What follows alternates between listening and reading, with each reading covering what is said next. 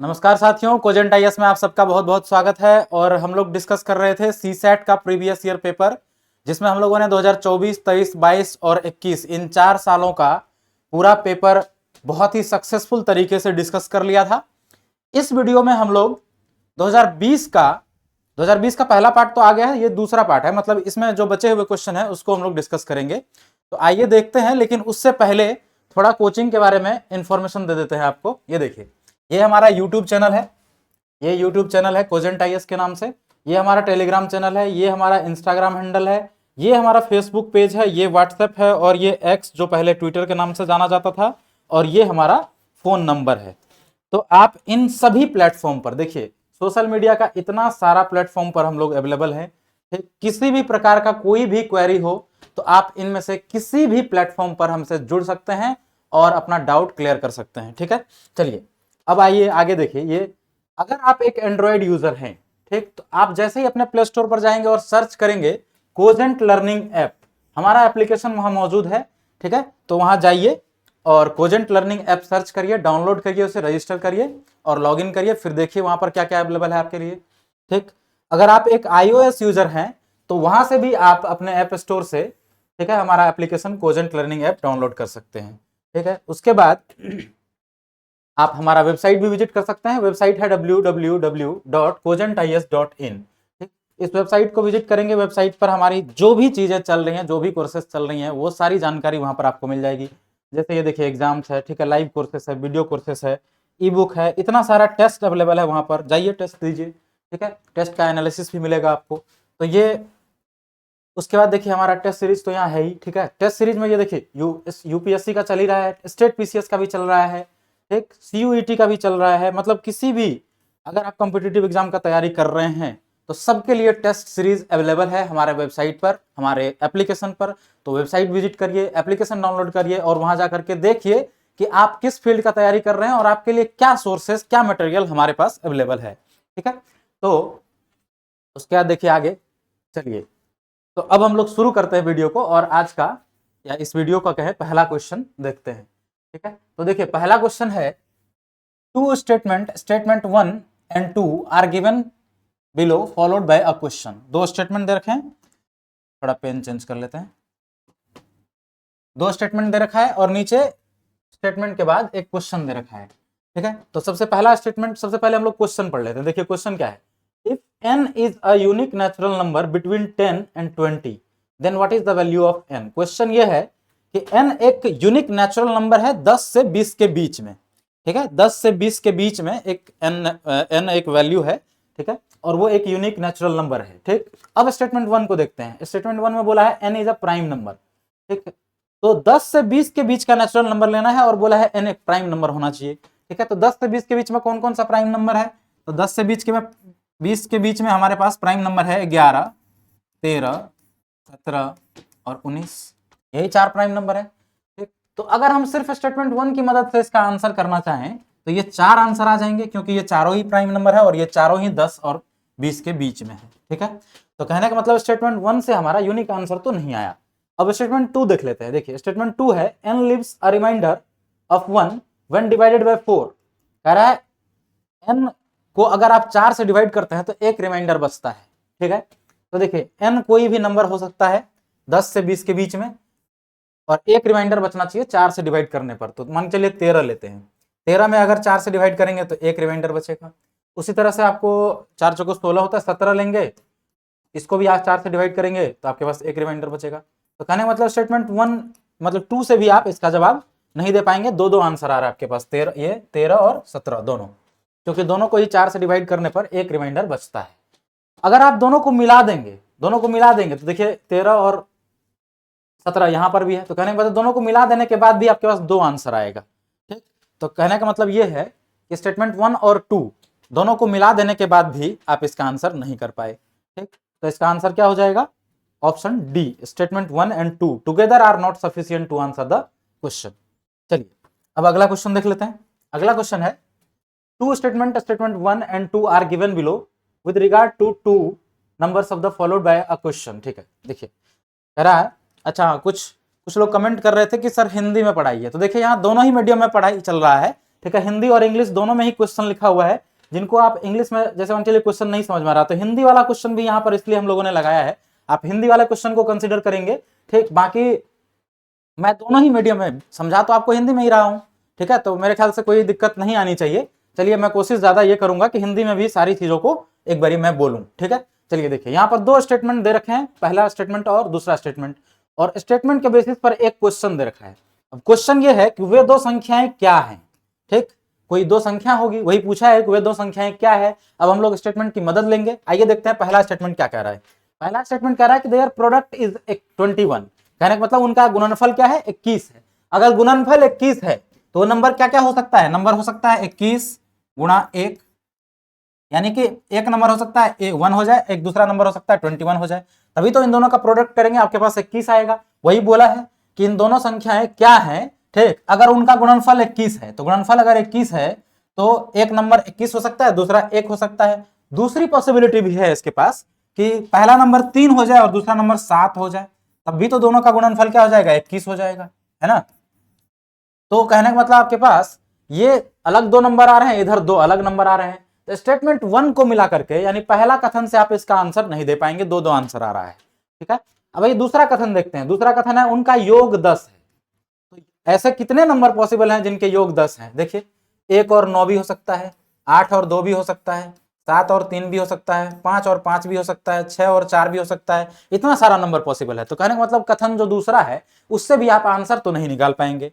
अब लेकिन हाँ, आंसर कब निकाल पाएंगे, जब आप इन दोनों को कंबाइन कर देंगे, दोनों ही स्टेटमेंट को जब आप कंबाइन कर देंगे एक साथ, ठीक, तो स्टेटमेंट क्या बन जाएगा, पूरा पूरा बन जाएगा कि वह संख्या का योग 21 है और गुणनफल 21 है और योग 10 है, ठीक। तो ये देखिए गुणनफल 21 वाले यही दो पॉसिबल थे, 21 और 1, 3 और 7। अब इस दोनों में हमें दूसरा स्टेटमेंट को अगर मिला देते हैं तो बोला योग 10 है, तो इनका योग 10 होगा क्या, नहीं होगा, 21 1 22 हो जाएगा।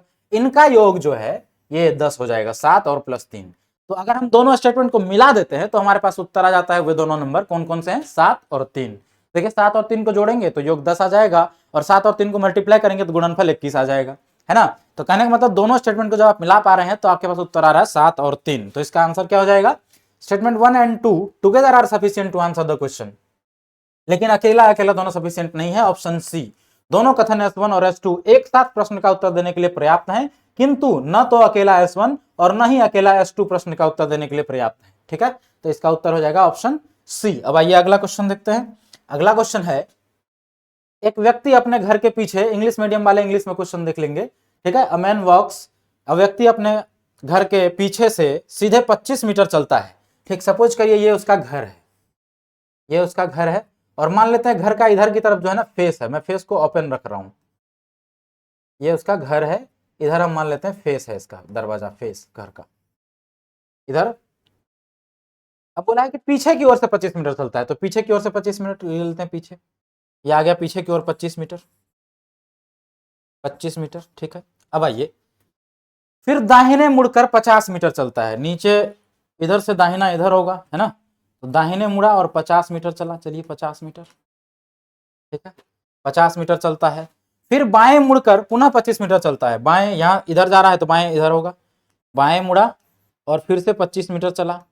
यदि उसके घर का मुख पूरब की ओर है, अब देखिए, अब यहाँ पे क्या बोला, घर का मुख पूरब की तरफ। हम लोग जो फेस लिए थे ये तो नॉर्थ होता है, ऐसे होता है ना, ऊपर नॉर्थ, इधर साउथ, इधर हमारा ईस्ट होता है ना। इधर अगर ईस्ट होता है, हम लोगों ने इधर उसके घर के फेस को मान लिया था, फेस बोला है ईस्ट में है, तो इसको कितना डिग्री घुमाना पड़ेगा भाई, 90 डिग्री घुमाना पड़ेगा। 90 डिग्री अगर घुमाते हैं तो ये इधर की तरफ हो जाता है ना, तो ये इधर की तरफ हो जाता है। कुल मिला के मतलब डायग्राम ऐसा बन जाएगा, नहीं दोबारा बना के दिखा देता हूं मैं, ये देखिए फेस घर का बोला है ईस्ट की तरफ है, यानी इधर है, ठीक है, ये बोला है ना।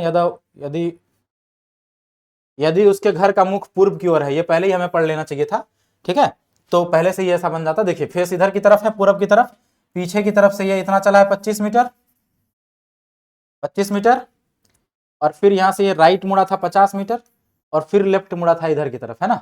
अब बोला है तो वह प्रारंभिक बिंदु से किस दिशा में, प्रारंभिक मतलब स्टार्टिंग पॉइंट से किस दिशा में है, स्टार्टिंग पॉइंट से देखिए अगर यहाँ पे इसका घर है तो इस तरफ है ना, तो इधर क्या होता है, इधर तो होता है नॉर्थ, इधर होता है साउथ, इधर ईस्ट और इधर वेस्ट, तो ये क्या हो गया नॉर्थ वेस्ट, है ना। तो नॉर्थ वेस्ट किस ऑप्शन में है, नॉर्थ वेस्ट है डी में, ऑप्शन डी इसका करेक्ट उत्तर है, उत्तर पश्चिम की दिशा में। देखिए नॉर्थ और वेस्ट है ना। चलिए अगला क्वेश्चन देख लेते हैं। अगला क्वेश्चन है two statements are given by followed by two conclusions, दो कथन दिए गए हैं और दो निष्कर्ष दिए गए हैं, दो कथन और दो निष्कर्ष, ठीक है। तो चलिए दो पहले कथन को पढ़ते हैं। बोला वो सभी संख्याएं जो दो से विभाज्य है, तो भाई दो से विभाजित होने वाला सभी संख्या क्या होता है, जिसके लास्ट में, ठीक है, दो का कोई भी मल्टीपल होता है या इवन नंबर होता है, 0, 2, 4, 6 और 8 होता है, ठीक है, जिसके लास्ट में, यानी जिसका यूनिट डिजिट क्या होता है, 0, 2, 4, 6 और 8। अगला स्टेटमेंट है all the numbers are divisible by 3, ठीक है। अगर 3 से भी डिविजिबल है, कोई नंबर 2 से भी डिविजिबल है और 3 से भी डिविजिबल है, तो वो नंबर 6 से डिविजिबल होगा, ठीक है। ये हमने 6 का डिविजिबिलिटी रूल भी पढ़ा था, ठीक।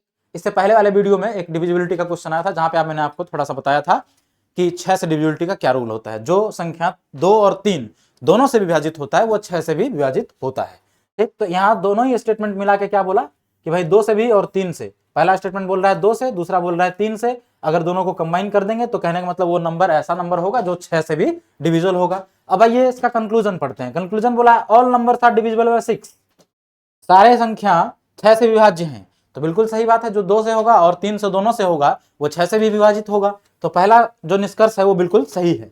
अब उसका बुरा है, जो दूसरा निष्कर्ष है वो बोल रहा है सभी संख्याएं 4 से विभाज्य हैं, ठीक है। तो ये कोई जरूरी नहीं है, जो 2 से भी विभाजित हो और 3 से विभाजित हो, जरूरी नहीं है कि 4 से भी विभाजित होगा, ठीक है। 4 से विभाजता का नियम अलग है, ठीक। अब देखिए जैसे हम आपको एक एग्जांपल दें, ठीक, ये देखिए 6 जो है ये 2 से विभाजित है और 3 से भी, लेकिन 4 से विभाजित नहीं है ना।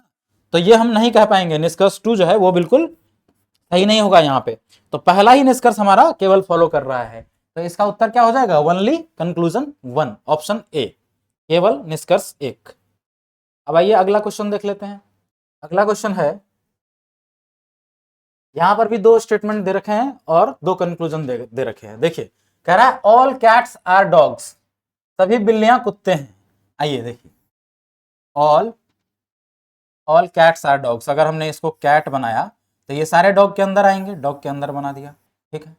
अब यहां पर बोला है ऑल कैट्स आर ब्लैक, सारे कैट्स ब्लैक हैं, डॉग के बारे में नहीं पता, तो सारे कैट्स को हमने घेर लिया यहां से और ऐसे बना दिया ब्लैक, ये ब्लैक और ये हमारा डॉग है, ठीक है। लेकिन एक केस ये भी तो हो सकता है ना कि सारे कैट्स को जब कवर कर रहे हैं तो हो सकता है उसमें सारे डॉग भी कवर हो जाएं, क्योंकि उसके बारे में कोई कमेंट किया नहीं है। तो एक डायग्राम ये भी बन सकता है, एक कैट हमने ऐसे बना लिया, इस कैट को डॉग के अंदर में तो रखेंगे ही रखेंगे, और ये पॉसिबिलिटी हो सकती है कि सारे जो ब्लैक कलर है उसके अंदर में ये सारे ही आ जाए, ठीक है। चलिए अब हम लोग कंक्लूजन पढ़ते हैं। कंक्लूजन बोल रहा है all dogs are blacks, all dogs are black. देखिए तो यहां अगर इस डायग्राम को देखेंगे तो इसमें तो सारे कैट और सारे डॉग दोनों ही ब्लैक के अंदर आ गए, लेकिन अगर इस डायग्राम को कंसिडर करेंगे तो क्या सारे डॉग्स आ रहे ब्लैक में, नहीं आ रहे, यहाँ वाला जो पार्ट है ये नहीं आ रहा है ना। तो यहाँ इस केस से ये वाला स्टेटमेंट क्या हो जाएगा, ये वाला जो कंक्लूजन है ये गलत हो जाएगा कि सारे डॉग्स ब्लैक है। ये हम कैसे कह पाएंगे, क्योंकि हमारे पास दो पॉसिबिलिटी है, दो केस है, एक केस में बोल रहा है दूसरे में बोल रहा नहीं है, तो डाउट वाले केस को हम इसमें नहीं कंसिडर करते हैं, तो इसलिए पहला कंक्लूजन हमारा क्या हो जाएगा, फॉल्स हो जाएगा, इसको हम लोग काट देते हैं। अब दूसरा बोल रहा है some dogs are not black, some dogs are not black.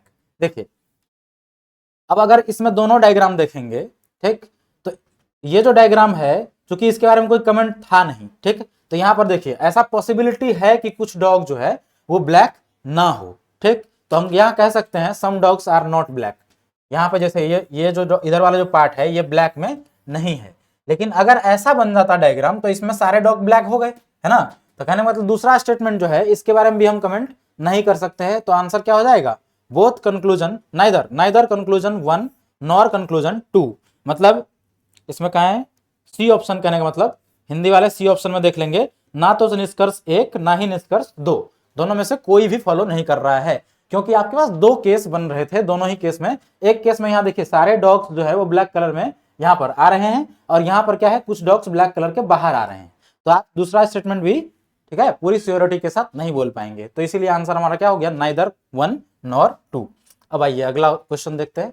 अगला क्वेश्चन बोल रहा है कंसीडर द फॉलोइंग सीक्वेंस, ठीक है, निम्नलिखित संख्याओं के अनुक्रम पर विचार कीजिए। अब यहाँ पर हमारे पास एक संख्या सीक्वेंस दे रखा है। अब यहाँ पर बोला है कि ऊपर लिखे हुए अनुक्रम में कितनी विषम संख्याओं के बाद विषम संख्या आती है, ये तो बहुत ही सिंपल क्वेश्चन है। कितने विषम संख्याओं के बाद विषम संख्या आती है, ये देखिए यहाँ 5 है, 5 के बाद 1 यानी विषम संख्या आ गया, तो 1 हमारा 5 तो उत्तर में आएगा, है ना। अब अगला हमारा विषम संख्या 1 है, लेकिन 1 के बाद सम संख्या आ गया, तो ये हमारा उत्तर में नहीं होगा, क्योंकि ये बोला है कि कितनी विषम संख्या ऐसी हैं जिसके बाद विषम संख्या आती है। तो यहाँ 1 के बाद विषम संख्या कहाँ है, ये 4 जो है ये तो सम संख्या है, तो ये वाला हमारा उत्तर में नहीं होगा। अब अगला है 7, और 7 के बाद 3 है, तो 3 विषम संख्या है, कहने मतलब 7 भी हमारे उत्तर में आएगा, क्योंकि 7 के बाद भी विषम संख्या आ रही है। फिर 3 आएगा क्या, 3 के बाद 9 है, बिल्कुल आएगा, क्योंकि 3 के बाद भी हमारा विषम संख्या आ गया है। ठीक, अब आइए, अब यहाँ पे 8 है, 5 है, फिर 5 ये भी आएगा, क्योंकि 5 के बाद भी 7 है, और 7 एक विषम संख्या है। ठीक, तो ये भी आएगा उत्तर में। अब आइए अगला, ये 7 आएगा क्या, ये वाला 7 तो नहीं आएगा, यहाँ 5 आएगा ना, 5, ये 5 है, 5 के बाद 7 है जो कि एक विषम संख्या है, तो यानी विषम संख्या के बाद विषम संख्या आ गया, तो इसलिए भी उत्तर में आएगा। अब यहाँ पर बोला है 3, 3 के बाद फिर से 1 आ गया, यानी ये भी होगा, क्योंकि ये भी विषम संख्या के बाद विषम संख्या आ गई। फिर 1 ये वाला आएगा क्या, हाँ 1 के बाद 5 है, तो ये भी आएगा। ठीक, उसके बाद 8, 6, 3 के बाद 8 आ गया, नहीं होगा, 5 के बाद 2 आ गया, नहीं होगा, 3 के बाद 4 आ गया, नहीं होगा, 9 के बाद 6 आ गया, ये भी नहीं होगा, मतलब इतना ही है। पहला ही लाइन में हमारा उत्तर का सारा जो नंबर था वो आ गया। तो कितने हो गए टोटल, 1, 2, 3, 4, 5 और 6, तो कहने मतलब 6 ऐसी विषम संख्या थी इसमें जिसके बाद विषम संख्या आया है, यही गिनना था कुल मिला के आपको। तो ये इसका बी ऑप्शन जो है वो करेक्ट आंसर हो जाएगा। अब आइए अगला क्वेश्चन देख लेते हैं। अगला क्वेश्चन है कि लड़कों की एक पंक्ति में ए बाएं ओर से 16वें स्थान पर, ए बाएं ओर से मतलब इधर की तरफ से, अगर हम इसको लेफ्ट कहें, इसको लेफ्ट कहें और इसको राइट कहें, ठीक है, तो लड़कों की एक पंक्ति है और पंक्ति में ए जो है बाएं ओर से 16वें स्थान पर है, यानी इधर से अगर चलना शुरू करें हम तो 16वें नंबर पर कौन है, ए है, 16th पोजीशन पर ए है। ठीक है, अब आइए, और वी दाएं ओर से 18वें स्थान पे है, और वी जो है वो दाएं ओर से 18वें स्थान पे, यानी इधर से अगर चले ऐसे तो ये 18वें स्थान पे है, 18th। ये कौन है भाई, वी। ठीक है, अब बोला है जी और ए की दाईं ओर, सॉरी जी ए की दाईं ओर, जी जो है ए की दाईं ओर, ए का राइट साइड, ठीक है, ए की दाईं ओर 11वें और वी से तीसरे स्थान पर दाहिने छोर की ओर है, यानी वी से तीसरे स्थान पर, वी से तीसरा, ये 18 पे है तो 17, ये हो गया पहला, दूसरा, तीसरा, 17, 16 और 15, यानी 15th पोजीशन पर होगा, है ना, इधर से, इससे वी से, तो वी से अगर 16th पोजीशन पर, सॉरी ये 15th पोजीशन पर है कौन, वी से तीसरे स्थान पर दाहिने की ओर है कौन है, जी, तो यहां पर जी है हमारा, ठीक है, 15th, ये इधर से आया 15th। ठीक है, और ये जी जो है ना ए की दाईं ओर 11वें पर था, यानी ए से 11वें नंबर पे था, ए से 11वें नंबर पे, यहां से अगर हम देखें तो ए से 11वें नंबर पे। ठीक है, चलिए, यानी मतलब यहां से अगर हम, तो ये दो केस मतलब बन रहा है, लेकिन दूसरा वाला केस पॉसिबल नहीं होगा। ये देखिए, दो केस बनेगा लेकिन दूसरा वाला केस पॉसिबल नहीं होगा। ठीक है, उसका ये रीजन है कि फिर हम यहाँ पे फंस जाएंगे, ये जो दूसरा स्टेटमेंट है यहाँ पे फंस जाएंगे, है ना, तो कहने मतलब यही केस हमारे पास पॉसिबल है। ठीक, और ये इधर से हमारा राइट है और उधर से लेफ्ट है। ठीक, अब क्वेश्चन क्या बोला है, पंक्ति में कितने लड़के हैं, कितने लड़के हैं इसको काउंट करना है ना। तो ये देखिए, अब अगर हम लड़के देखें तो यहां से ये 16 नंबर पे है, ठीक, अब ए की दाईं ओर 11वें और वी से तीसरे स्थान पर, ए की दाईं ओर 11वें, ठीक है भाई, और ये उधर से 15th है, इधर से 15th नहीं, ये जो है ये इधर से 15th और इधर से ये 11th, तो नंबर टोटल लोग कितने हो गए, इधर से ये 11वें नंबर पे है। चलिए इधर से ये भी बना ही लेते हैं 11वें। देखिए, तो इसमें क्या है कि 16 तो यहां तक हो गए थे, 16 यहां तक, और यहां से फिर ये 11वें नंबर पे है और इधर से ये 15 नंबर पे है, तो टोटल लोग कितने हो गए, 16 + 11 + 15, है ना। अब इसमें जो 2 बार आ जाएगा उसको घटा देंगे, तो ये हो गया 16 और 15 31, 31 और 11, ये हो गया 42। ठीक, अब इसमें हमने एक चीज को 2 बार काउंट कर लिया है। ठीक है, वो क्या 2 बार काउंट कर लिया है, ठीक, जब यहां से पोजीशन काउंट कर रहे थे तो इसमें जो है ना ये वाला चीज 2 बार काउंट हो गया है। ठीक, तो एक बार हम माइनस कर देंगे तो हमारा उत्तर आ जाएगा, एक माइनस करेंगे तो हमारा उत्तर आ जाएगा 41। यानी मतलब 41 थे इस पंक्ति में लोग, ठीक है। चलिए, तो आंसर क्या हो जाएगा इसका, ऑप्शन बी। ऑप्शन बी इसका करेक्ट उत्तर हो जाएगा, ठीक। चलिए आगे देख लेते हैं अगला क्वेश्चन। अगला क्वेश्चन है, three statement, statement 1, statement 2 and statement 3 are given below. 3 statement दे रखे हैं, ठीक है। और क्वेश्चन पूछा है कि who among A B C and D is the youngest. A B C और डी में से सबसे छोटा कौन है, यही क्वेश्चन पूछा है। देखिए स्टेटमेंट 1 कह रहा है सी इज यंगर देन डी, यानी सी जो है डी से छोटा है, यानी डी जो है वो बड़ा है। सी इज यंगर देन डी मतलब सी जो है डी से छोटा है, यानी डी जो है सी से बड़ा है, ठीक है। But older than A and B, लेकिन ए और बी से बड़ा है। अब समझ गए ऐसा क्यों बनाया था मैंने, ठीक है। तो यहां से आप निकाल पाएंगे कि कौन सबसे छोटा है। देखिए डी सबसे बड़ा है, ये तो निकाल पाए, उससे छोटा सी है, ये भी निकाल पाए। सबसे छोटा पूछा है तो सबसे छोटा ए और बी में से कोई भी हो सकता है ना। तो कहने का मतलब स्टेटमेंट 1 से आप ये नहीं पता कर पाए कि कौन सबसे छोटा है। अब स्टेटमेंट 2 देख लेते हैं। स्टेटमेंट 2 बोल रहा है डी इज ओल्डेस्ट, ये तो पहले से भी पता है हमें, है ना। तो स्टेटमेंट 2 का तो कोई काम ही नहीं हुआ। अब स्टेटमेंट 3 देख लेते हैं, ए इज ओल्डर देन बी। देखिए अब स्टेटमेंट 3 बोल रहा है कि ए जो है ना वो बी से बड़ा है, ठीक। तो यहां से सबसे छोटा कौन है, सिर्फ अगर स्टेटमेंट 3 देखें तो आप नहीं निकाल पाएंगे। अगर केवल स्टेटमेंट 3 देखें तो कह रहा है कि ए बी से बड़ा है।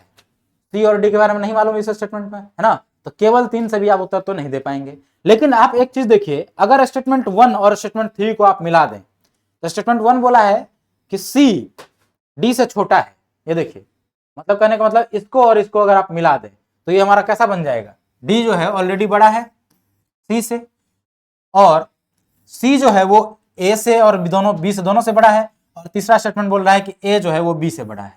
तो अब बताइए सबसे छोटा इसमें बी हो गया कि नहीं हो गया, है ना। तो सबसे छोटा बी हो गया। तो जब सबसे छोटा बी हो गया तो उत्तर क्या हो जाएगा, स्टेटमेंट 1 और 3 को मिला के आप उत्तर दे पाए।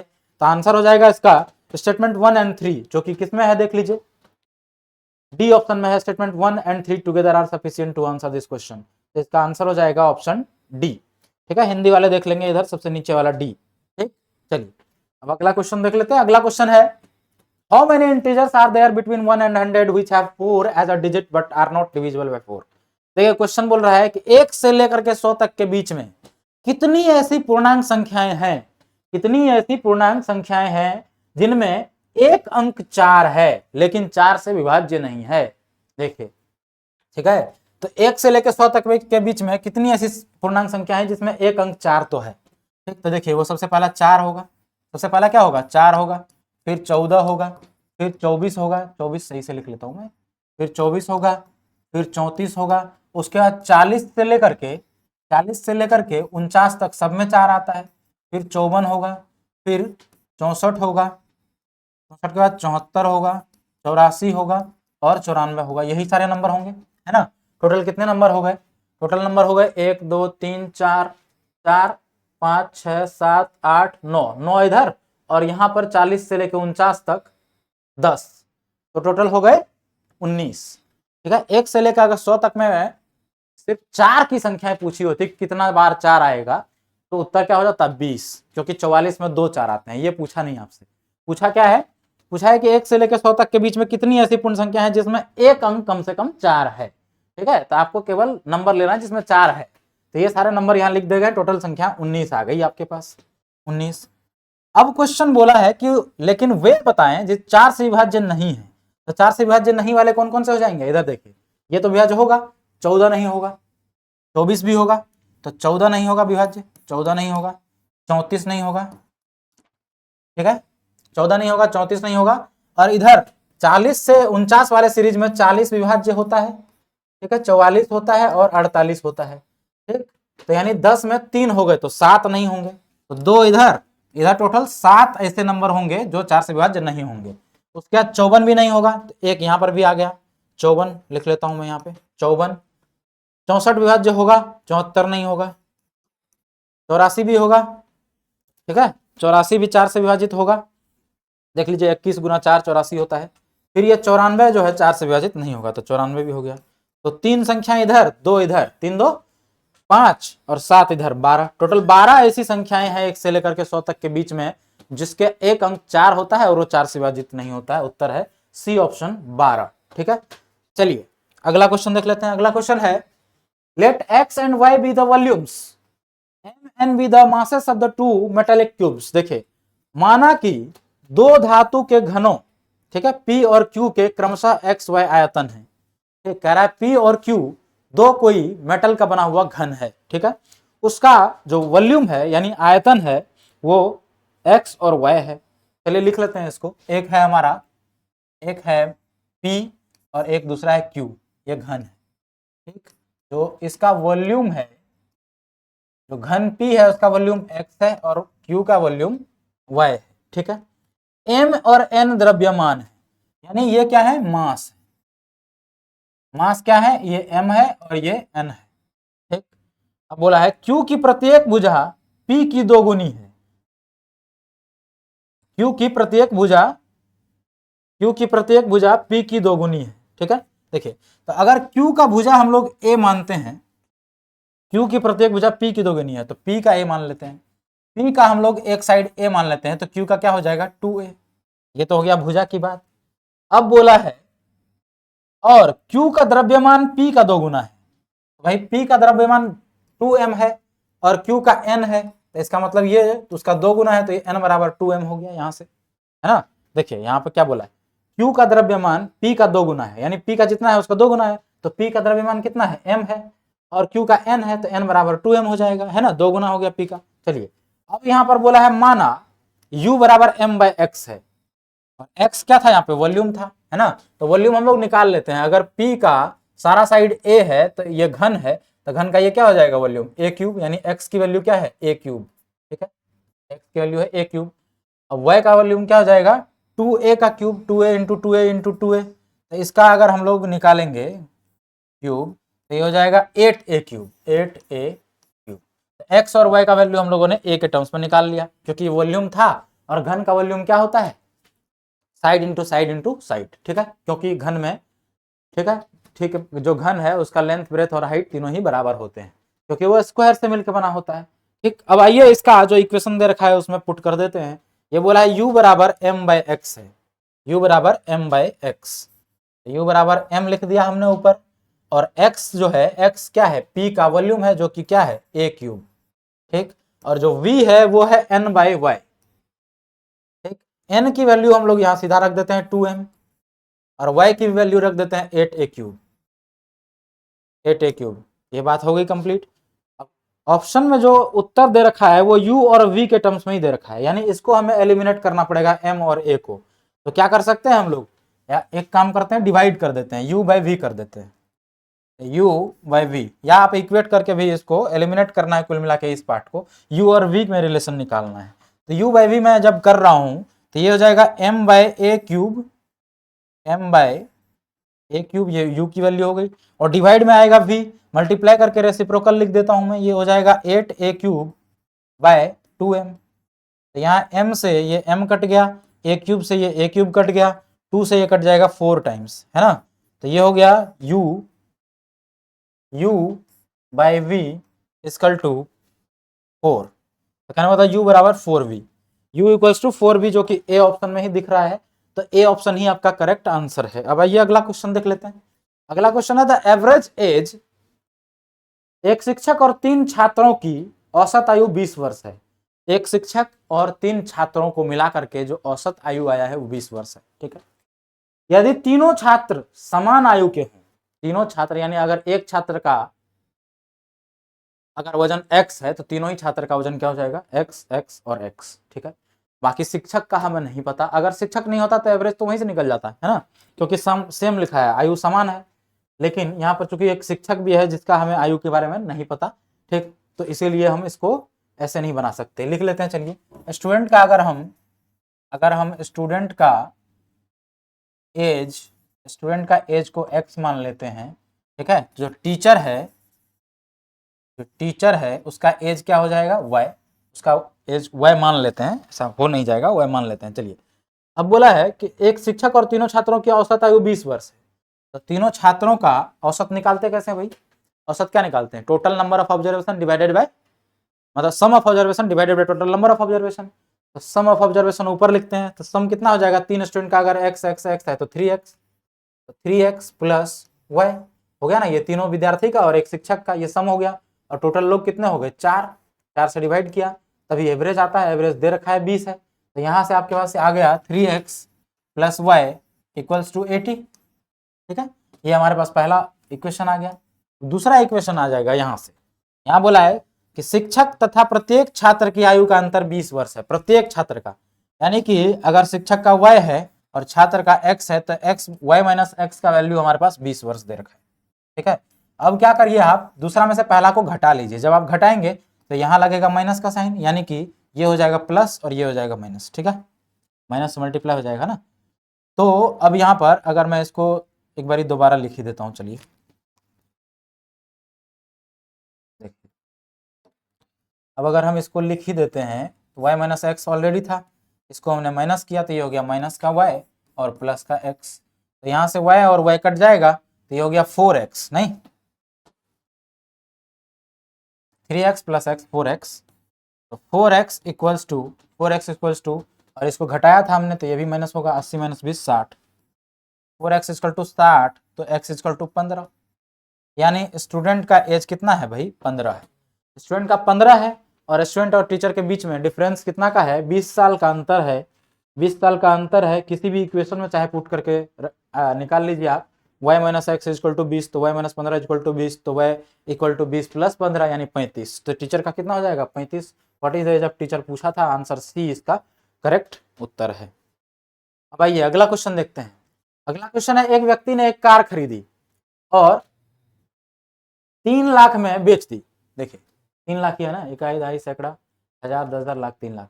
एक व्यक्ति ने एक कार खरीदा और 3 लाख में बेच दिया। ठीक है, यदि उसने 20% की हानि उठानी पड़ी और बेचने पर उसे 20% का क्या हो गया, लॉस हो गया, तो उसने कार खरीदने में कितने रुपए खर्च किए थे, यानी कि जितना में खरीदा होगा, मान लेते हैं एक्स में खरीदा होगा, ठीक है, और 20% का लॉस पे बेच दिया, यानी 80% पे बेचा होगा, जितना में खरीदा उसका 80% में बेचा होगा, तो इसका 80% का ही वैल्यू ये दे रखा है। क्या 80 दिख रहा है, इसको 80 बना लेते हैं भाई, इसका 80%, क्योंकि हमने क्या मान लिया है कि मान लेते हैं x रुपया में खरीदा होगा और 3 लाख में बेचने पर 20% का उसको हानि हुआ है, यानी सीधा सीधा बात क्या हुआ कि x में खरीदा था उसका 80% में ही बेच दिया है ना, तो x का 80% का ही वैल्यू कहने का मतलब 3 लाख है। ठीक है, जब आप इसको सॉल्व करेंगे तो यहाँ परसेंटेज की जगह, चलो फिर से लिख ही देते हैं भाई, 80/100 बराबर 3 लाख। ठीक है, अब देखिए यहाँ से 1 जीरो खत्म, ये 1 जीरो उधर जाके बैठ जाएगा, तो x का वैल्यू क्या हो गया, 1 जीरो और आया इधर से ये वाला, ठीक, और इधर 8 आ जाएगा, तो इसको जब आप 8 से डिवाइड करेंगे, कर लेते हैं चलिए, ये हो गया 8 तिया 24, 8 चौको 32, 8 तिया 24, ठीक है, बचा 6, 6 पर 0 60, 8 7 56, बचा 4, 4 पे 0 40, 8 पंचा 40, ठीक, उसके बाद ये 3 जीरो बैठ जाएंगे भाई, तो कितना हो गया 3,75,000। ठीक है, यानी कि जो खरीदा था कार वो कितने में खरीदा था, 3,75,000। ऑप्शन डी में इसका उत्तर दे रखा है 3,75,000। कहने का मतलब देखिए, एक व्यक्ति जो है वो 3,75,000 में कार खरीदा था और 3 लाख में ही बेच दिया। ठीक, अगर ऐसा करेगा तभी उसको 20% का हानि होगा। ठीक है, तो हम लोगों ने इसका उत्तर निकाल लिया 3,75,000। अब ये अगला क्वेश्चन देख लेते हैं। अगला है, a shop owner offers the following discount option on an article. ठीक है, एक शॉपकीपर है, वो 3 तरह का ऑप्शन देता है कस्टमर को। ठीक है, पहला स्टेटमेंट में वो कह रहा है कि 10% और 20% की क्रमिक छूट और उसके उपरांत 10% का सेवा कर का भुगतान। तो चलिए पहले क्रमिक छूट निकाल लेते हैं, यानी कि पहले 10% का छूट दिया। सपोज करें कि अगर आर्टिकल का दाम हम लोग मान लेते हैं 100 रुपया, आर्टिकल का दाम अगर 100 रुपया मान लेते हैं, ठीक है, उस पर 10% का छूट दिया, यानी दाम कितना हो जाएगा 90। दाम कितना हो गया आर्टिकल का भाई, आर्टिकल का दाम हो गया 90। ठीक, अब उस 90 पे 20% का छूट और देता है, तो 90 का 20% कितना हो जाएगा, 90 का 20% हो जाएगा 9 दूना 18, यानी 90 में और 18 रुपया घटा देता है, यानी 72 रुपया। ठीक है, अब इस 72 पे बोला 10% का सेवा कर लगा देते हैं, यानी इस 72 पे 10 रुपया का क्या लगा देता है, वो सर्विस टैक्स लगा देता है। तो 72 का 10%, तो 72 का 10% कितना हो जाएगा 7.2, तो प्लस 7.2 हो जाएगा। तो इसको जब जोड़ेंगे आप तो 72 और 7 7 दोनों 79.2 हो गया। 79.2 रुपीज यानी कि उस कस्टमर को भुगतान करने पड़ेंगे, ठीक है, इस ऑप्शन के हिसाब से। अब दूसरा स्टेटमेंट में बोल रहा है सक्सेसिव डिस्काउंट ऑफ 20 एंड 10। फिर से वही बात है, चलिए दूसरा भी कैलकुलेट कर लेते हैं। ये पहला स्टेटमेंट का कैलकुलेशन आया, दूसरा का देख लेते हैं। दूसरा में बोला है सक्सेसिव डिस्काउंट है 20 और 10 का, यानी पहले 20% डिस्काउंट दे दिया। अगर 20% डिस्काउंट दे दिया, 100 रुपया आर्टिकल का दाम हमने माना था, 20% डिस्काउंट दे दिया, कितना बचा 80। 100 रुपया माना था आर्टिकल का दाम, 20% डिस्काउंट दे दिया तो 80 बचा ना, ठीक है। तो 100 का 20% 20 होता है, 20 घटा दिया हमने 80 हो गया। अब 80 पे 10% और फिर छूट दे रहा है। 80 पर 10% था, 80 10% 8 रुपया हुआ। 80 का 10% 8 रुपया, 8 रुपया और घटा दीजिए तो फिर से 72 आ गया। अब 72 पे फिर से सर्विस टैक्स जोड़ेंगे 10% फिर से सर्विस टैक्स जोड़ेंगे तो फिर से ये क्या बन जाएगा 79.2, यानी ऊपर वाला सेम। उसके बाद तीसरा स्टेटमेंट में अलग तरह का ऑप्शन देता है। तीसरा स्टेटमेंट में क्या ऑप्शन दे रहा है, ये पे सर्विस टैक्स ऑफ 10% फर्स्ट। पहले सर्विस टैक्स बता दो, दे दो 10 रुपया, है ना, 10% सॉरी, यानी 100 रुपया अगर आर्टिकल का दाम था, इस पर 10% अगर सर्विस टैक्स पहले ही दे देते हैं तो क्या हो जाएगा, वो 110 रुपया हो जाएगा। आर्टिकल का दाम 110 रुपया हो गया, ठीक है। अब बोला है देन सक्सेसिव डिस्काउंट ऑफ 20%। अब इसका 20% निकालना है। इसका 20% कितना हो जाएगा, इसका 20% निकाल लेते हैं। ये जीरो खत्म, 11 दूना 22 रुपया, 11 दूना 22 रुपया। तो 110 में से जब आप 22 घटाएंगे, 110 में से जब आप 22 घटाएंगे तो ये कितना हो जाएगा 88। कितना हो जाएगा 88। 110 का हम लोगों ने 20% का डिस्काउंट देना था तो 20% निकाल लिया। अब 20% घटाना भी तो पड़ेगा इसमें से, तो 110 में से 20% चला जाएगा, यानी 22 चला जाएगा, 11 दूना 22। तो 110 में से जब 22 चला गया तो कितना बचा 88। अब बोल रहा है एंड 10%, फिर 10% इस पर भी डिस्काउंट दे रहा है। अब 88 का 10% क्या हो जाएगा 8.8। तो जब 8.8 88 में से घटाएंगे आप, 88 का 10% 8.8 होगा। अब जब 88 में से 8.8 घटाएंगे तो ये 8 तो पूरा पता चल गया, एक तरफ से 8 और जाएगा नहीं, तो ये हो जाएगा, लिख के घटाई लो,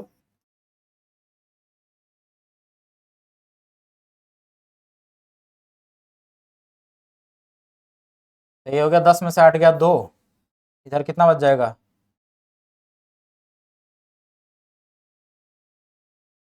10 में से 8 गया 2, इधर बच गया 7, 88 है ना, तो 7 हो गया। और ये कैसे घटा रहा हूँ मैं, उल्टा लिख दिया, देखो 88 ऐसे लिखा है 0.0 और ये है 8.8, 8 यहाँ आएगा, ठीक है 8.8। तो ये 10 में से 8 गया 2, यहाँ डेसिमल। अब यहाँ बचा हमारे पास 7, तो 17 हो गया, 17 में से 8 गया 9 और यहाँ बच गया 7, तो यह 79.2, यानी यहाँ से भी हमारे पास 79.2 है, ठीक है। तो तीनों केस में ही सेम आया है ना।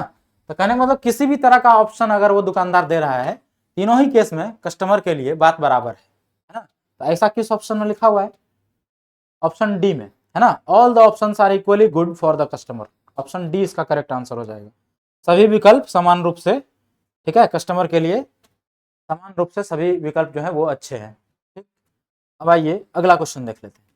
अगला क्वेश्चन है the letters from A to Z are numbered from 1 to 26 respectively. A से लेकर के जेड तक नंबर जो है उसको नंबरिंग कर दिया है, जैसे A B C D E F, इस तरह से अगर जेड तक लिखें तो सबको नंबरिंग कर दिया है कि भाई ए एक नंबर पे है तो 1 लिख दिया, 2 लिख दिया, 3 4 5 और 6, इस तरीके से, ठीक। अब बोला है if G H I equals to 1578, तो G H I F A B C D F G यहीं आएगा, G A C D E F G H I J, तो जी एच आई यहीं से तो तीनों लेटर उठाया है, यानी 7 8 9 है। ये जी एच आई क्या है 7 8 9, जी एच आई का वैल्यू दे रखा है 1578, देखिए 7 8 9। अब आपको दिमाग लगाना है ये कैसे आया, इसका 2 गुना करेंगे ना, 2 गुना में ये 1578 हो जाएगा, यानी इसको 2 से मल्टीप्लाई कर दिया, देख लीजिए करके, 9 दूना 18, 8 हाथ में 1, 8 दूना 10, 8 दूना 16, 16 1 17, हाथ में 1, 7 दूना 14, 1 15, यानी 1578 हो गया, है ना। तो कहने का मतलब क्या किया है, ये इसको मल्टीप्लाई कर दिया, जी एच आई का पोजीशन लिखा और उसको मल्टीप्लाई कर दिया। तो GHI का पोजीशन लिखा और मल्टीप्लाई कर दिया, सेम उसको यहाँ पर भी वही किया है। देख लेते हैं एक बारी करके, अगर दोनों जगह वेरीफाई हो जाता है तो हम लोग मान लेंगे कि यही पैटर्न है। ठीक है, देखिए तो DEF का नंबर कितना हो जाएगा भाई? DEF 4, 5 और 6, 456, 4, 5 और 6, 456, 4 दूना 800 और 56 दूना 112, यानी 912। सही है, सही है, डबल कर दिया इसको भी डबल कर दिया। तो अब जो हमसे पूछ रहा है, क्या हम लोग उसको नहीं डबल करेंगे? बिल्कुल करेंगे। तो हमसे पूछा है ABC का, तो ABC तो 1 2 3 है, 1 2 3 का डबल करेंगे, 23 दूना 46, 246, 246 इसका करेक्ट उत्तर हो जाएगा भाई।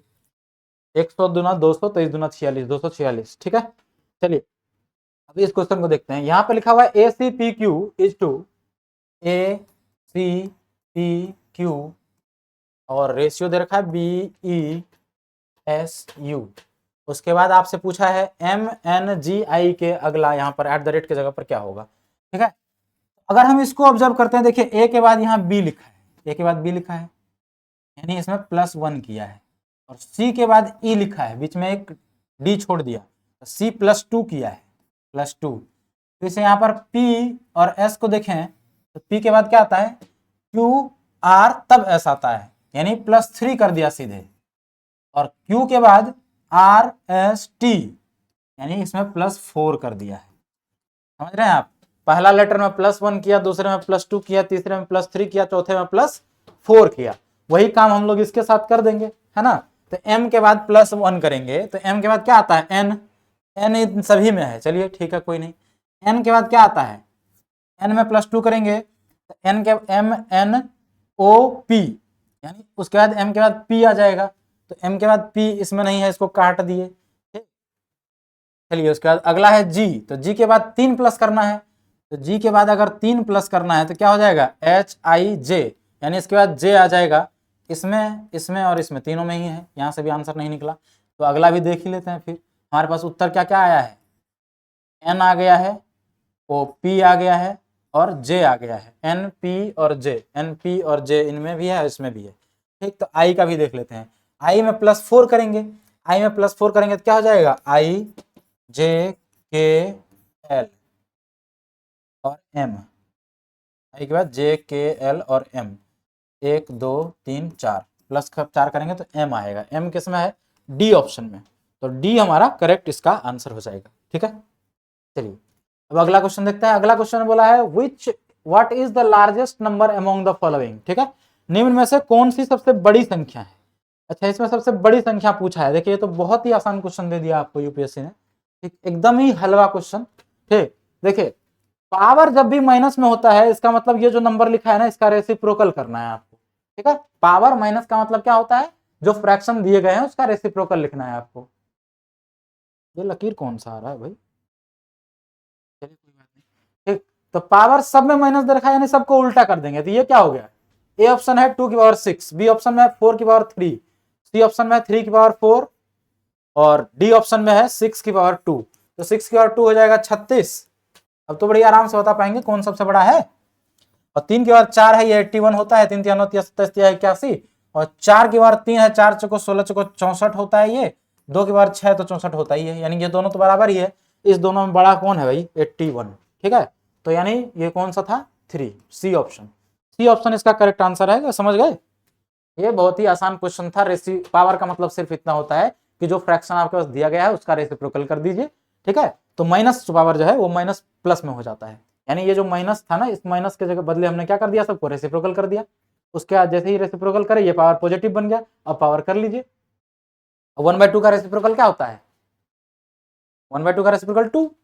ठीक है, रेसिप्रोकल मतलब पलट दीजिए, जो न्यूमरेटर है वो डिनोमिनेटर बन जाएगा, जो डिनोमिनेटर है वो न्यूमरेटर बन जाएगा। ठीक, तो रेसिप्रोकल करके उसके बाद पावर चढ़ा दिया हमने पॉजिटिव, और उसको कैलकुलेट कर लिया। बहुत ही आसान क्वेश्चन दे दिया था, ये सी ऑप्शन हमारा उत्तर है। अब आइए अगला क्वेश्चन देख लेते हैं। अगला क्वेश्चन में बोला है what is the greatest length x such that this and this are integral multiples of x। देखिए अधिकतम लंबाई x क्या होगी जिससे कि ये और ये x के पूर्णांक गुणज हो। ऐसा क्वेश्चन एचसीएफ में आता है। ठीक है, कि अधिकतम लंबाई बताओ जिससे हम इसको भी नाप लें और इसको भी नाप लें, कोई भी दो चीज दे देगा। ठीक है, उसके में हम लोग क्या करते हैं? एचसीएफ निकालते हैं। वही चीज यहाँ पर भी पूछा है। ठीक, कि बड़ा से बड़ा वह नंबर बताओ बड़ा से बड़ा वह नंबर बताओ, ठीक, जिससे इसमें भी भाग लग जाए पूरा पूरा और इसमें भी भाग लग जाए, है ना। चलिए, तो HCF निकालना है कुल मिला के। तो इसको पहले हम लोग क्या करते हैं, इम्प्रॉपर फ्रैक्शन में कन्वर्ट कर लेते हैं। ये मिक्स फ्रैक्शन में दे रखा है, 3 दूना 6 1 7/2 हो जाएगा। ये पता है ना सबको कन्वर्ट करना। इससे इसको मल्टीप्लाई करते हैं और ये जोड़ देते हैं 1, ठीक है। तो 3 दूना 6 1 7/2 हो गया ये, और दूसरा हो गया हमारे पास 4 8 चौको 32 और 3 35/4, 35/4, 35/4, ठीक। अब इनका HCF निकालना है। तो बहुत लोगों को अब लग रहा होगा इसका HCF कैसे निकालेंगे। अरे भाई, फ्रैक्शन में दे रखा है, फ्रैक्शन वाले का HCF निकालना है तो जो न्यूमरेटर है यानी कि जो अंश है ऊपर में दे रखा, हिंदी वालों के लिए ऊपर वाले अंश होते हैं, नीचे वाले हर होते हैं। तो पहले हम क्या करेंगे, अंश का HCF निकाल लेंगे। HCF मतलब महत्तम, HCF मतलब मोसो, ठीक है, मोसो। तो हम लोग क्या करेंगे, इसमें HCF निकालना है तो न्यूमरेटर का HCF निकालेंगे, यानी 7 और 35 का, 7 और 35 का जब आप HCF निकालेंगे तो ये हो जाएगा 7, और डेनोमिनेटर का LCM लेते हैं ऐसे में, ठीक है। और जब LCM निकालना होगा फ्रैक्शन का तो ऊपर वाले का LCM और नीचे वाले का HCF। इस केस में हमें HCF निकालना था तो ऊपर वाले का HCF ले लिया और नीचे वाले का LCM, ठीक है। तो 2 और 4 का जब LCM लेंगे तो ये हो जाएगा 4। कहने का मतलब हमारा उत्तर आ गया 7/4। 7/4 वो संख्या है, ठीक है, जो इसको भी पूरा पूरा भाग कर देगा, इसको भी पूरा पूरा भाग कर देगा, या कहें कि इसका जो है ना ये दोनों ही मल्टीपल है, ये भी और अगला भी। वही पूछा था आपसे, ठीक है। x का वो मान बताओ, है ना, x क्या होगी जिससे ये और ये, ठीक, x के पूर्णांक गुणज, ठीक है। तो ये इसका जो है ना ये भी मल्टीपल है और वो भी मल्टीपल है। HCF वही आता है, HCF मतलब हाईएस्ट कॉमन फैक्टर, सबसे बड़ा, ठीक है, सबसे बड़ा वो क्या है, फैक्टर है। तो अगर ये सबसे बड़ा फैक्टर है, कहने मतलब इससे छोटा जो होगा उसको डिवाइड कर ही सकता है, लेकिन हाईएस्ट यही है कॉमन में जो इन दोनों को डिवाइड कर देगा पूरा पूरा। तो वही आपसे पूछा था, यही उत्तर है 7/4। ऑप्शन में मिक्स फ्रैक्शन में दिया हुआ है, इसको कन्वर्ट कर दीजिए। 4 से इसको भगा देंगे तो एक बार में लगेगा, 3 बच जाएगा ऊपर, नीचे 4 है, 1 इंटीजर 3/4 किस में है, ये 1 इंटीजर 3/4 ऑप्शन डी में है। तो इसका ऑप्शन डी करेक्ट आंसर हो जाएगा। 1 इंटीजर ऑप्शन डी में है, 1 इंटीजर 3/4। अब आइए अगला क्वेश्चन देखते हैं। अगला है, कंसीडर द फॉलोइंग डाटा। ये डाटा दे रखा है, आपसे पूछा for which period was the natural growth rate maximum. अच्छा, इधर बर्थ रेट दे रखा है और इधर डेथ रेट दे रखा है, और ग्रोथ रेट मैक्सिमम पूछा है। तो ग्रोथ मैक्सिमम कब होगा, जब डेथ रेट बहुत कम हो और बर्थ रेट बहुत ज्यादा हो। कहने का मतलब इन दोनों में बर्थ रेट और डेथ रेट में डिफरेंस जहां पर सबसे ज्यादा होगा, हम लोग वही क्या बोलेंगे, वही मैक्सिमम ग्रोथ रेट होगा, वही ईयर में। जिस ईयर में पूछा है उस ईयर में ही मेहनत करते हैं, नहीं तो सबको मेहनत करेंगे टाइम लग जाएगा ज्यादा, है ना। तो ऑप्शन में दे रखा है 11 से 21, 11 से 21, यहाँ पर इन दोनों का डिफरेंस लीजिए कितना बच रहा है, 48.1 और 35.5, एक यहाँ 10, 10 में से 5 गया तो 5 बच गया, इधर हमारे पास 7 बच गया, 7 में से 5 गया 2, और इधर 3 में से 3 0, यानी 2.5 हो गया ये। नहीं, यहाँ 8 था ना एक, ये तो 4 बच रहा है, यानी 12.5 हो गया। पहला हो गया 12.5, उसके बाद 11 से 21 तो हो गया 41 से 51, 41 से 51 कहाँ पे, यहाँ पे। तो इसका निकाल लेते हैं सीधे, यानी जो ऑप्शन में मैक्सिमम होगा वही हम लोग लगा देंगे। ये काम कर रहा हूँ मैं, इसलिए ऑप्शन से जा रहा हूँ, नहीं तो हम लोग सबका डिफरेंस निकालते तो उसमें क्या है, ज्यादा टाइम लग जाता है, इसमें बच जाएंगे ना किसी 2 से निकालने से। तो यहाँ से अगर हम 39 में से 27 घटाएंगे, 9 में से 4 जाएगा तो ये क्या हो जाएगा 5, और डेसिमल आ गया।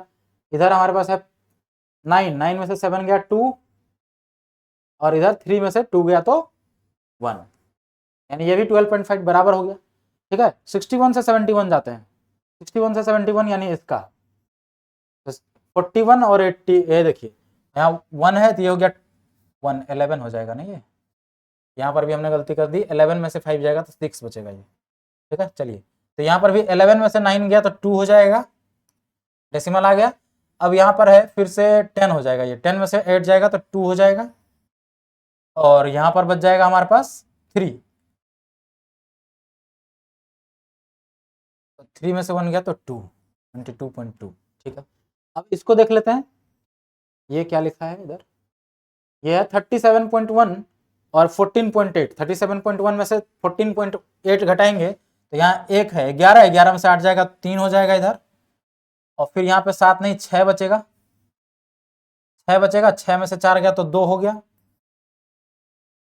और फिर यहाँ पे 3, 3 में से 1 गया तो 2, यानी इधर है 22.3 और इधर है 22.2, इधर है 12.5, इधर 12.6, तो मैक्सिमम कहाँ पे है, मैक्सिमम कौन से ईयर में, मैक्सिमम 22.3 है, ये 22.2 है, ठीक है, ये वाला जो है 22.2 है, तो हमारा जो मैक्सिमम वाला जो है वो कौन सा होगा, 22.3 वाला। यहाँ पर ग्रोथ रेट ज्यादा है, ग्रोथ रेट ज्यादा क्यों है, क्योंकि यहाँ पर डेथ रेट बहुत कम है और बर्थ रेट बहुत ज्यादा है, ठीक, तभी तो डिफरेंस सबसे ज्यादा आया है। तो आंसर क्या हो जाएगा 1971 से 81, 1971 से 81। आपसे पूछा था ग्रोथ रेट मैक्सिमम कहाँ पर है, ठीक है। तो कुल मिला के आपसे पूछा था कि इसको घटा करके बताओ, वो डेसिमल वाला घटाओ आपको आता है कि नहीं, वही चेक करना चाह रहा था। देखिए हम लोगों ने गलती कर दी थी यहाँ पे, ठीक, कोई नहीं, इसको सुधार लीजिएगा, कभी कभी हो जाता है। चलिए अब इसमें देखते हैं द रेकरिंग डेसिमल रिप्रेजेंटेशन। ये बचपन में आपने सीखा होगा एक्स मान के करने के लिए, ठीक है। इसके 3-4 तरीके, मैं 5 तरीके से कर सकता हूँ इसको। चलिए देख लेते हैं कोई भी। सबसे पहले बचपन वाला तरीका बता दूं क्या, देखिए बचपन में क्या करते थे, इसको एक्स मान लेते थे, यानी एक्स का वैल्यू क्या हो जाता है 1, लेकिन ये लंबा तरीका है। चलिए कोई बात नहीं, हम लोग सीखेंगे, शॉर्ट भी सीखेंगे। तो ये 2 2 2 2 7 2 7 2 7 चल रहा है, इसको हमने एक्स मान लिया। अब इसको हम लोग क्या करते हैं 100 से, पहले 10 से करते थे, फिर 100 से, हम सीधा सीधा 100 से कर देते हैं। चलिए 100 से कर देंगे तो ये हो जाएगा 127.27, इसलिए 100 से क्या किया, क्योंकि 2 डिजिट रिपीट कर रहा है, ताकि हमारे पास इधर जो है ना सिर्फ रिपीटिंग वाला आ जाए, इसलिए करा है। चलिए तो ये हो गया, ये आगे चलता रहेगा चलता रहेगा। अब हम लोग क्या करते थे, इसको घटा देते थे, है ना, सेकंड में से फर्स्ट को घटा देते थे। अगर ये फर्स्ट है हमारा इक्वेशन और ये सेकंड इक्वेशन है, तो सेकंड में से फर्स्ट को हटा देंगे। तो यहाँ से जब घटाएंगे आप 100 में से x को, तो ये हो जाएगा 99x। और इधर जब आप घटाएंगे इसमें से उसको, तो डेसिमल के इधर वाला तो सब सेम है, ये इधर इधर ये सब सेम, तो 0 हो जाएगा ये, यानी डेसिमल के बाद वाला खत्म। अब यहाँ बचा 127, तो इधर बचा 1, 127 में से 1 जाएगा तो 126, तो x की वैल्यू आ जाएगी 126/99, यही हमारा उत्तर है। एक उत्तर ऐसा एक भी नहीं है, तो मतलब इसको काट दिया। चलिए काट देते हैं, 6 2 8 1 9, 9 से कट जाएगा, ये 9 से कटेगा 11 बार में, ये 9 से कट जाएगा, 9 1 9, 9 1 9, 3 बच गया, 3 पे 6 36, 9 चौको 36, यानी 14/11, जो कि ऑप्शन बी में दिख रहा है। तो ऐसे भी जा सकते थे, ठीक है। अब देखिए दूसरा एक शॉर्ट तरीका क्या होता है, दूसरा एक शॉर्ट तरीका क्या होता है कि आप इसको ऐसे लिख सकते हैं, 1.2727 है ना, तो इसको आप ऐसे लिख सकते हैं क्या, 1.27 के ऊपर रेकरिंग, ऐसा लिख सकते हैं, ठीक। इसको मैं और कहूं तो ऐसे भी लिख सकते हैं, इसको 1 + 0.27 पे रेकरिंग, ऐसा भी लिख सकते हैं, है ना। चलिए तो जब भी इस प्रकार का होता है, तो इसका जो लिखने का तरीका है हमारे पास, वो क्या होता है कि हम क्या करते हैं ना, इसको जितना डिजिट पे रेकरिंग होता है उतना 9 लिख लेते हैं नीचे, यानी ऊपर में तो ये 27 ही होगा और नीचे उतना 9 होगा, ठीक है। तो यहां से भी आपके पास वही चीजें आ जाएंगी, ठीक है। तो ऐसे भी कर सकते हैं। तो एक ये तरीका है शॉर्ट तरीका, जब हम लोग डिटेल क्लासेस पढ़ेंगे तो दोनों ही तरीके देखेंगे, ठीक। तो टेंशन लेने की कोई जरूरत नहीं है, उत्तर हमारा आ चुका है, मैंने आपको बता दिया, एक ये भी तरीका होता है, एक ये भी होता है, ठीक। बाकी आप ऐसे जोड़ घटा करके भी निकाल सकते हैं, तो इसके करने के कई तरीके हैं। चलिए अगला क्वेश्चन देख लेते हैं। अगला क्वेश्चन है, what is the list 4 digit number when divided by 3 4 5 and 6 leaves a remainder 2 in each case। List 4 digit number, ठीक है, हिंदी वालों के लिए 4 अंकों की सबसे छोटी संख्या, ठीक है, 4 अंकों की सबसे छोटी संख्या। बहुत लोग कहेंगे 4 अंकों की छोटी संख्या ये होता है, ठीक। ये पूछा नहीं आपसे, कौन सी है जिसे 3 4 5 और 6 से विभाजित करने पर 2 शेष बचता है, ये पूछा है, ठीक है। तो सबसे पहली चीज हम लोग ये देख लेते हैं कि ऐसा कौन सा संख्या है जो 3 4 5 और 6 से विभाजित होता है, उसमें 2 जोड़ देंगे अगर शेष बचाना है तो, है ना। तो 3 4 और 5 और 6 इन सब से विभाजित होने वाला संख्या, इन सब का एलसीएम होगा, लिस्ट कॉमन मल्टीपल। चलिए तो 3 4 5 और 6 से विभाजित होने वाला संख्या हम लोग इसका एलसीएम निकाल लेते हैं। इसका एलसीएम निकालेंगे आप तो ये हो जाएगा 6 2 9 12 6 3 18 6 5 30 30 30 30, 4 से नहीं कटेगा, 30 नहीं कटेगा, 4 से 60, 60 देखिए 20 तिया 60, 15 चौको 60, 12 पंचा 60, 6 दाइन 60, 60, यानी एलसीएम क्या हो गया इसका 60 हो गया।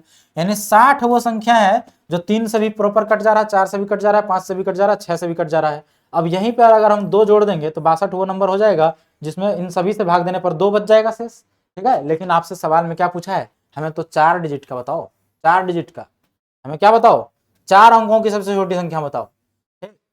तो आपको पिछले वीडियो में मैंने एक इसी सेम टाइप का क्वेश्चन को डिस्कस करते हुए एक बात बताई थी कि भाई अगर ये 60 इन सभी से डिविजिबल है तो 60 का हर एक मल्टीपल भी इन सब से डिविजिबल होगा। तो 60 का हम वो मल्टीपल लेंगे जहां पर हमारे पास 4 डिजिट का नंबर आ जाए। ठीक है, तो देखिए 60 को अगर आप 10 से मल्टीप्लाई करेंगे तो 600 होगा, हमें तो 4 डिजिट का चाहिए, नहीं लेंगे। 15 से करेंगे तो 15 छक्के 90, 16 से करेंगे तो 16 छक्के 96, 960 हो जाएगा, ये भी 3 ही डिजिट रह गया, यानी 17 से करना पड़ेगा। चलिए 17 से कर लेते हैं। 17 से करेंगे तो 17 छक्के 102, 102 और ये 0 120, यानी 120 आ गया हमारे पास। 120 इसका 17वां मल्टीपल है। ठीक है, कोई भी मल्टीपल लेंगे तो इन सबसे डिविजिबल होगा, तो ये इन सबसे डिविजिबल है, इन चारों से। अब बोला है 2 शेष बचना चाहिए, 2 जोड़ दीजिए इसमें, यानी उत्तर हमारे पास क्या है 1022, 1022, जो कि ऑप्शन बी में दिख रहा है, बी इसका करेक्ट आंसर है। चलिए अगला क्वेश्चन देख लेते हैं। अगला क्वेश्चन है, in adult population of a city, ठीक है, एक शहर की वयस्क समष्टि में 40% पुरुष और 30% महिलाएं विवाहित हैं। 40% पुरुष और 30% महिलाएं विवाहित हैं। ठीक, यानी पुरुष और महिला का हमें संख्या नहीं मालूम है। ठीक है, अब आइए देखते हैं, यदि कोई भी पुरुष एक से अधिक महिला से विवाह नहीं करता है और कोई भी महिला एक से अधिक पुरुष से विवाह नहीं करता है, ठीक है, नहीं करती है, और इनमें कोई विधवा या कोई विधुर भी नहीं है। अच्छा, मतलब जितने विवाहित पुरुष हैं वो सभी सुरक्षित हैं, और कोई भी मेल 2 फीमेल के साथ शादी नहीं करता है, और कोई भी फीमेल भी 2 मेल से शादी नहीं करता, यानी कि जो विवाहित जोड़े होंगे उसका संख्या बिल्कुल बराबर है, यानी जितने भी विवाहित लोग होंगे, ठीक है, उसका बिल्कुल संख्या बराबर है। 40% पुरुष, यानी कि जो 40% मेल है, 40% मेल, ठीक है, मेल की संख्या नहीं मालूम थी, तो जितना भी संख्या होगा उसका 40% फीमेल मेल जो है और 30% फीमेल, इन दोनों का संख्या बिल्कुल बराबर होगा। इस क्वेश्चन को पढ़ने के बाद समझ में आ रहा है? नहीं आ रहा तो एक बार और पढ़िए क्वेश्चन को, क्या बोल रहा है। विवाहित वयस्क समष्टि, ठीक है, यानी परसेंटेज ऑफ 40% मेल जो है वो और 30% फीमेल, ये दोनों विवाहित है। बोला है population of no man marriage more than 1 women, कोई भी पुरुष 2 महिला से शादी नहीं करता है, यानी हर पुरुष एक ही महिला से शादी किया है और हर महिला भी एक ही पुरुष से शादी किया है, ना ही उसमें कोई विधवा है और ना ही कोई विधुर है। ठीक है, यानी जितने भी पुरुष हैं और जितने विवाहित जोड़े हैं वो एकदम परफेक्ट और मतलब सुरक्षित है। देखिए, तो अगर विवाहित जोड़े सुरक्षित हैं, ठीक है, तो कहने का मतलब जितना विवाहित जोड़े हैं वो बराबर होना पड़ेगा कि नहीं, मेल और फीमेल दोनों का नंबर यहाँ पे बराबर होना पड़ेगा। ठीक है, अब ये हो सकता है, देखिए यहाँ पर देख करके क्या लग रहा है कि फीमेल ज्यादा होगी तभी ना उसका 30% ही 40% के बराबर है। ठीक, अगर हम ये इसको देख करके ऐसे मान लें, ठीक, कि जो मेल होगा 3 4 है ना, तो इसको उल्टा कर देते हैं 3, यानी एक तरह से अगर देख लें कि इसका रेशियो निकाल रहे हैं मेल बाय फीमेल, तो ये क्या हो जाएगा 30/40। हाँ, तो इसका अगर हमें उल्टा कर देना है तो ये हो जाएगा 30। ठीक, हम मान लेते हैं अगर 300 यानी 300 मेल मान लेते हैं और 400 फीमेल, तभी होगा बराबर।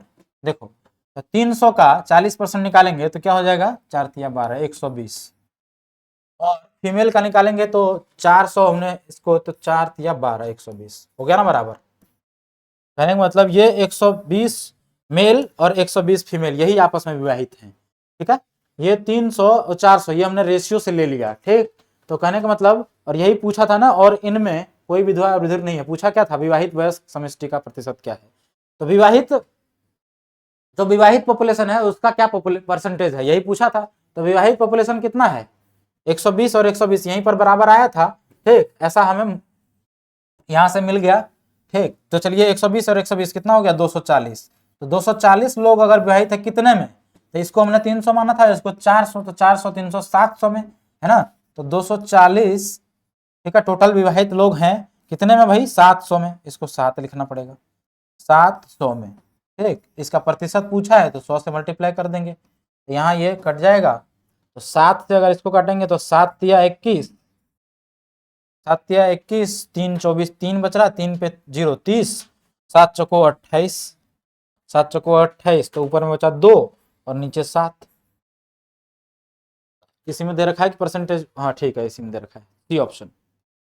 डेसिमल में दे रखा होता तो हम लोग इसको डेसिमल में कन्वर्ट कर लेते। ठीक है, तो 34 इंटीजर 2/7% इसका उत्तर है।